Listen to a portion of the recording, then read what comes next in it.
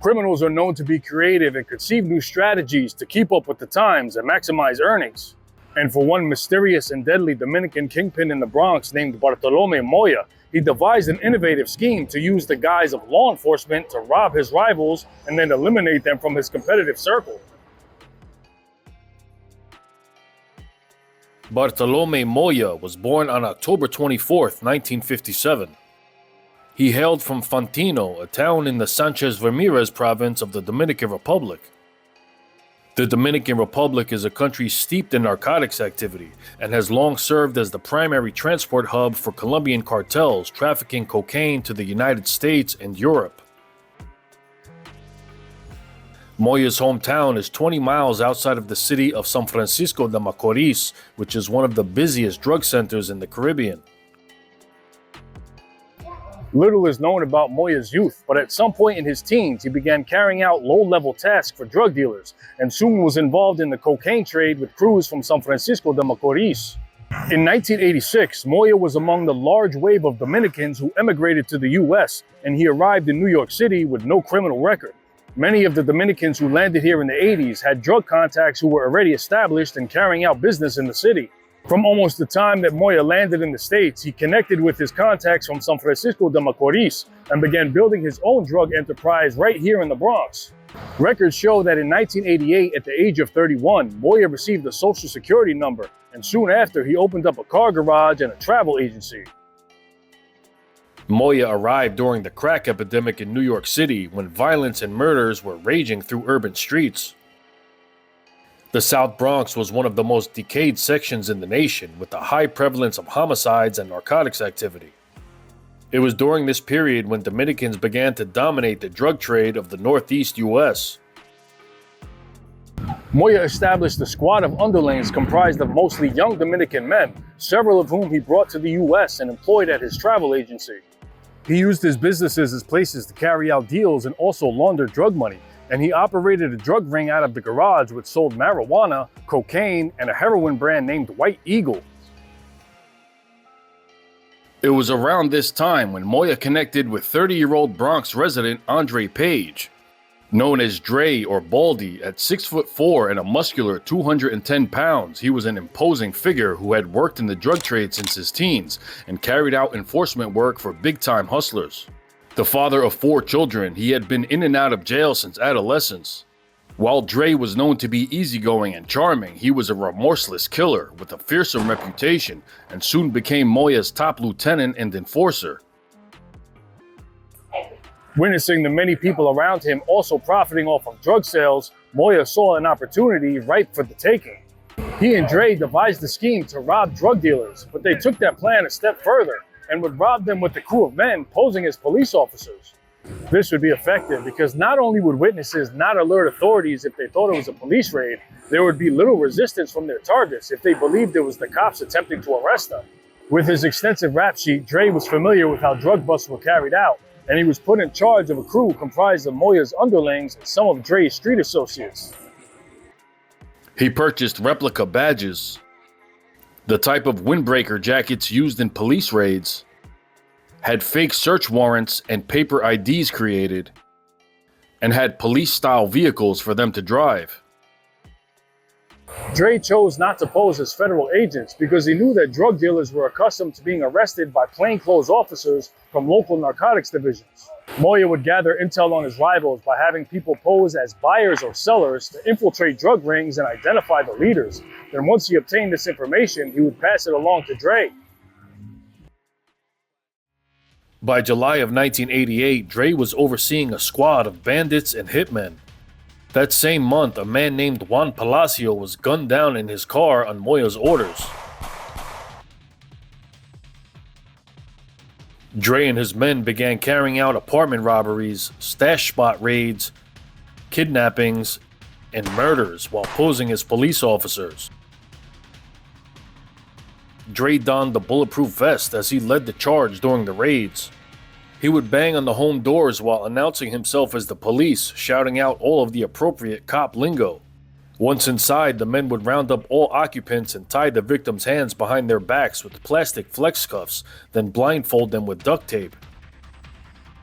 They would then extract the locations of their money and drug stashes. In some cases, they would demand a ransom of money or drugs, and their abductees would be placed in vehicles and driven around for a period of time. But it appears that whether a ransom was paid or not, Dre planned to eliminate them. The crew drove their victims to low-traffic public locations, marched them outside, had them kneel down, and shot them in the back of their heads.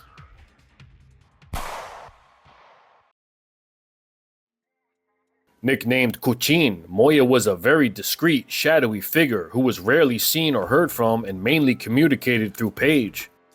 At 5'8" and 185 pounds, he had a notable scar on his neck. Married with 2 kids, he was an unassuming man who dressed very modestly. He was polite and respectful, and civilians who encountered him described him as very pleasant and personable. But behind his outward appearances, Cuchin was extremely ruthless and would order someone killed with no hesitation. He was also savvy in the drug trade and had quickly risen to become a cocaine, heroin, and marijuana kingpin. Throughout 1989, the alarming number of bound and executed bodies appearing in public locations in the Bronx had baffled detectives. Furthermore, they couldn't match up the bodies to anyone who had been reported missing. Eventually, the police concluded that these execution-style murders were all done by the same perpetrators due to the consistent manner of homicide. They also discovered that most of those killed had criminal records over known drug dealers, although there were numerous innocent victims who were simply in the wrong place at the wrong time. Whispers in the streets of a murky figure who oversaw a gang of executioners had dealers throughout the South Bronx terrified of Bartolome Moya. There were often witnesses to these brazen robberies and killings, but people were afraid to come forth. To hone his craft, Dre paid $2,700 to attend a 3-week course with the Gordon Liddy Academy to learn about proper investigation techniques, surveillance methods, and lie detection. Under Moya and Paige's leadership, their crime organization became highly structured. The robbery crew included Pablo Bisogno, Kurt Herrera, Juan Carlos Mustafa, aka Charlie B, Larry Bo Williams, Jose Espaillat, his cousin Benigno Espaillat, Teofilio Rodriguez Tavares, Dwayne Taylor, aka Chucky, Michael Nunez, known as Chichi, Manuel Gutierrez, and Jose Manuel Ramirez, aka Conejo. After the gang sold their own supply as well as their stolen stashes, the operation was pulling in loads of cash. Moya is believed to have funneled some of his earnings back to the Dominican Republic. Throughout 1990, it was robbery and murder as usual for Cuchin and Dre, and in July of that year, an unidentified victim of theirs was found bound in flex cuffs, blindfolded, and executed with shots to the back of his head. On October 29, 1990, Dre's crew kidnapped Samuel Chacon, Harry Ortiz, Manuel Cancel, and Brenda Merced from suspected drug locations near 178th and Park in the Bronx. After stealing their heroin, they drove them around for several hours while waiting for a ransom to be met. The 3 men were eventually taken here, the Webster Projects in the Tremont section of the Bronx. Dre then took the 3 men to right here, the Webster Projects parking lot, where he shot all 3 of them dead execution style. Later that same day, the men's bodies were found. The body of Brenda Merced was found off of an expressway near 175th Street in Manhattan. Ballistics results showed that the same .45 caliber weapon was used in all 4 murders. Needing to address this concerning trend, police formed the Hercules Task Force, which was comprised of police from the 42nd Precinct as well as other local divisions of the NYPD. 42-year-old Rogelio Lopez Duran, known as Chelo, was a former mayor of San Francisco de Macorís and close friend of Dominican President Joaquin Balaguer. He also served as an envoy to Colombia for former Dominican President Salvador Jorge Blanco. Doran was suspected of involvement in drug trafficking, and by 1990, he was also suspected of being a confidential informant. In November of 1990, Doran, as well as a 22-year-old drug dealer named Angel Morentin, were both kidnapped in Washington Heights by Dre's crew. The kidnappers made just one phone call demanding a ransom of money and cocaine, but the men's fates were already sealed. A few hours later, Doran and Morentin were both shot to death. On February 5, 1991, their handcuffed and blindfolded bodies were discovered in marshland by a fisherman in Queens. Near the bodies was a cardboard sign which said, "From the San Francisco de Macorís cartel" in Spanish. The ghost Cuchin continued to pull strings from behind the scenes. He would carry out meetings at his two businesses as needed, then completely disappeared from sight afterwards. He lived a quiet family life in a Bronx home at 1733 Unionport Road in the Van Ness neighborhood. Around this time, a man named Enrique Callis had delivered a truckload of drugs for Moya, but then disappeared with millions of dollars. Crossing the cold-blooded Cuchin was a suicidal move, and Moya immediately had his men track Callis down all over the East Coast for retribution. Enrique Callis was tracked to a home address in Cooper City, Florida. On June 7, 1991, a truck believed to be occupied by Callis was driving down Southwest 57th Street to the home, where a remote-control car strapped with dynamite was waiting for him. As the truck drove by, the toy car detonated and blew up the vehicle, killing the driver instantly.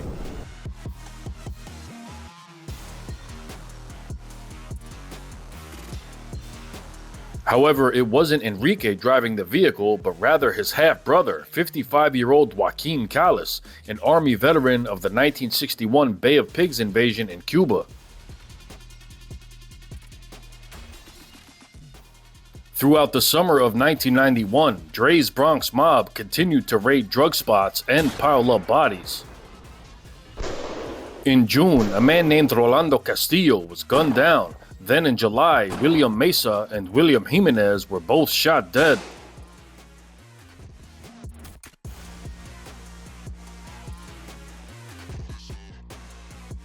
Even though Dre's crew was known to demand ransoms, there's no evidence from any of their abductions that a ransom was actually paid.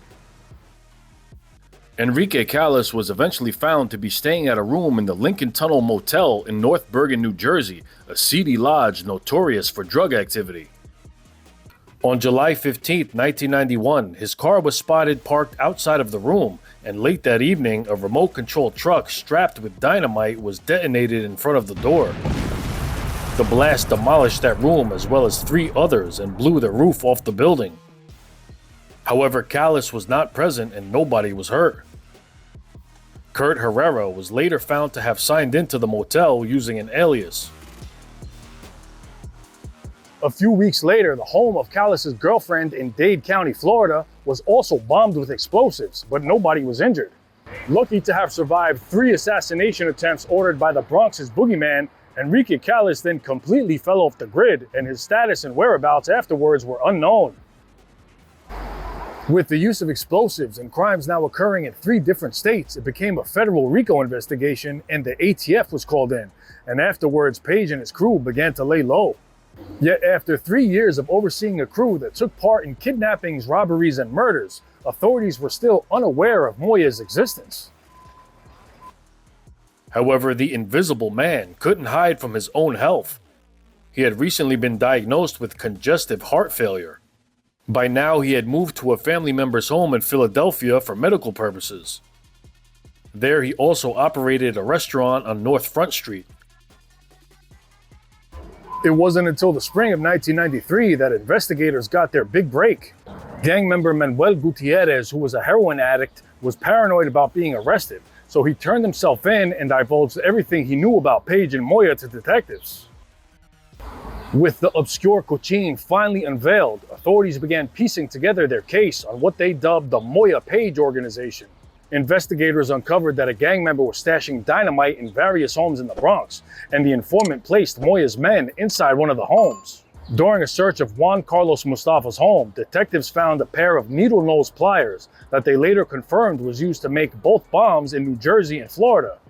And in another home, they found a collection of remote-control cars.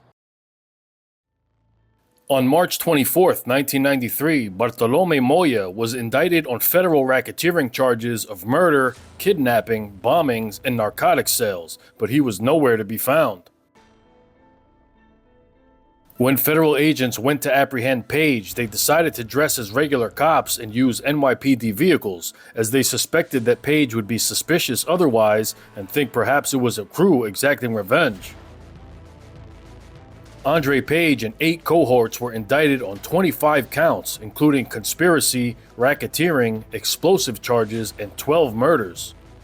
4 men were arrested, 4 were being sought, and 1 fled to the Dominican Republic. In the meantime, authorities were intently searching for Moya. Soon people began cooperating, and their information led them to a home in Camden, New Jersey, where Moya's wife was residing. From there, U.S. Marshals learned that Moya was residing in Philadelphia, but they didn't find him until the 4th place they visited, a house on North 8th Street in the Olney neighborhood. When they arrested him, he looked very gaunt and sickly, and they learned that he had recently suffered a heart attack.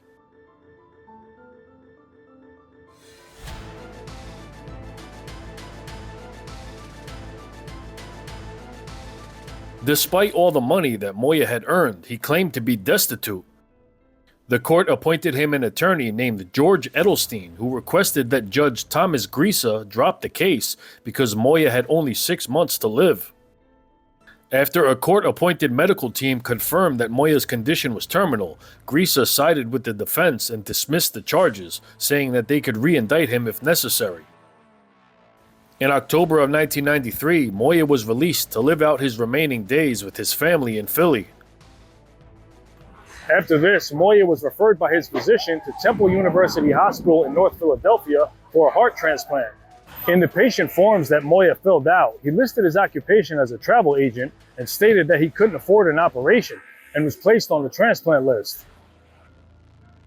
During this time, Paige and 3 of his associates were standing trial for their charges, while 3 others cooperated and pled guilty, and 2 were on the run. In December of 1993, Paige, Mustafa, and Herrera were found guilty of every count against them. On February 23, 1994, a man was shot and killed in the Bronx, who not only happened to be an organ donor, but was also the perfect match for Moya. The man's heart was helicoptered to Temple University in Philly, and immediately afterwards, 36-year-old Bartolome Moya underwent successful heart transplant surgery. The operation was paid for under Pennsylvania's Medicaid program, and estimates on how much it cost ranged from $200,000 to $400,000. In 1994, there was around 6,000 people on the list for heart transplants, and out of that amount, 2,000 received a heart, with Moya being one of them, and 700 of those who were awaiting a transplant had passed away. When New York U.S. Attorney Steve Cohen heard that Moya's transplant was successful and his prognosis was good, he indicted him again. Moya was charged with 6 murders, 1 attempted murder, and 6 kidnappings, while the bombing counts were dropped. U.S. Marshals apprehended him at a Temple medical facility and took him back to the New York District Courthouse via ambulance. Edelstein requested bail and had medical experts testify that it would be difficult for Moya to manage his condition in jail and needed to be in the hospital. Steve Cohen brought up the risk of Moya fleeing, and Edelstein argued that if he fled, he would surely die because he had to be monitored regularly and be given anti-rejection medications. Grisa again sided with the defense, surmising that if Moya fled, it would be to his own detriment. Moya was released on $250,000 bail, which was co-signed by 2 of his friends, and he was put on house arrest in Philly. In May of 1994, Andre Paige was sentenced to 2 life terms plus 115 years. Kurt Herrera was sentenced to life plus 95 years. Juan Carlos Mustafa received life plus 75 years. Paige began serving his term at the Lewisburg Federal Penitentiary in Pennsylvania. On July 19, 1994, Moya was supposed to head to New York to meet with Edelstein to discuss his case, but he never showed up. he had cut off his ankle bracelet and disappeared. A warrant was issued for his arrest, and soon afterwards, an intense manhunt was underway to locate him.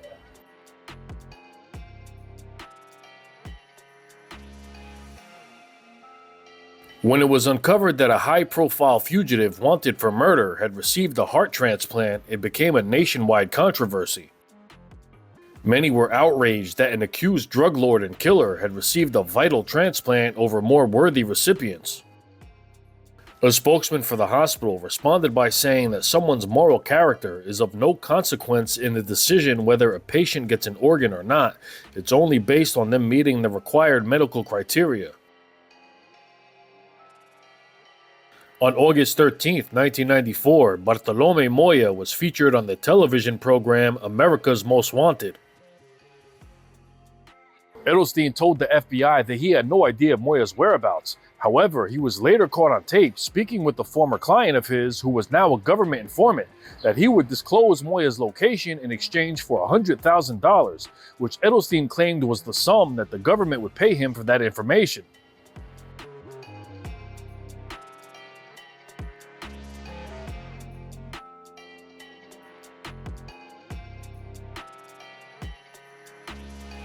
Edelstein was brought before Judge Grisa to answer for this, and he claimed that it was just a ploy to see if the government was trying to frame him. Although no charges were brought against him, Edelstein was disqualified from Moya's case. By early October, it was uncovered that Moya was in the Dominican Republic, staying with relatives in Santo Domingo. At that time, the country didn't have an extradition treaty with the US and was known to be staunchly against extraditing their citizens. But after they learned that Moya was charged with 6 homicides, they agreed to take him into custody. On October 22, 1994, police located Bartolome Moya at a family member's home in Santo Domingo, and he was arrested. He appeared to be in good health. He had somehow obtained 3 necessary life-sustaining medications for his heart condition, and it was a mystery as to how he got them. It's alleged that Dominican authorities pressured Moya into signing an extradition waiver by threatening to withhold his heart medications and also arrest members of his family for complicity.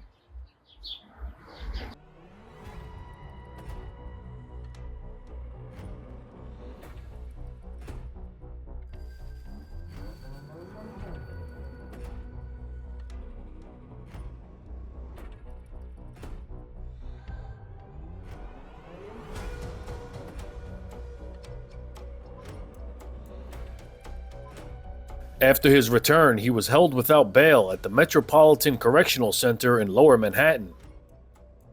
Although Moya was charged in connection with 6 murders, he was believed to be responsible for ordering several times more than that. There were scores of unsolved kidnappings and homicides that fit his organization's MO, but police didn't have enough evidence to charge him with them. Soon into his detainment, Moya complained that his condition was deteriorating because his back hurt and he had trouble breathing in his small cell. Just a little over 1 year into his sentence at Lewisburg, Andre Paige died unexpectedly from health issues on September 25, 1995, at the age of 36.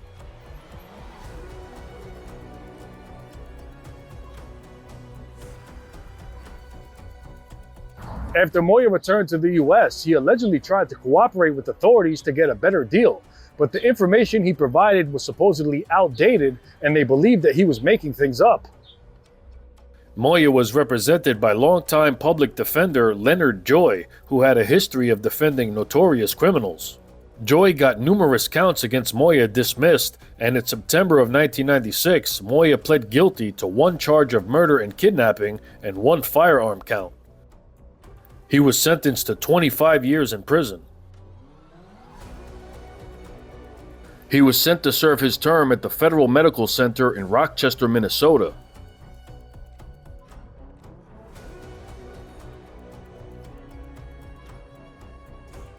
After less than 3 years of serving his sentence, on March 26, 1999, Moya died at the age of 41.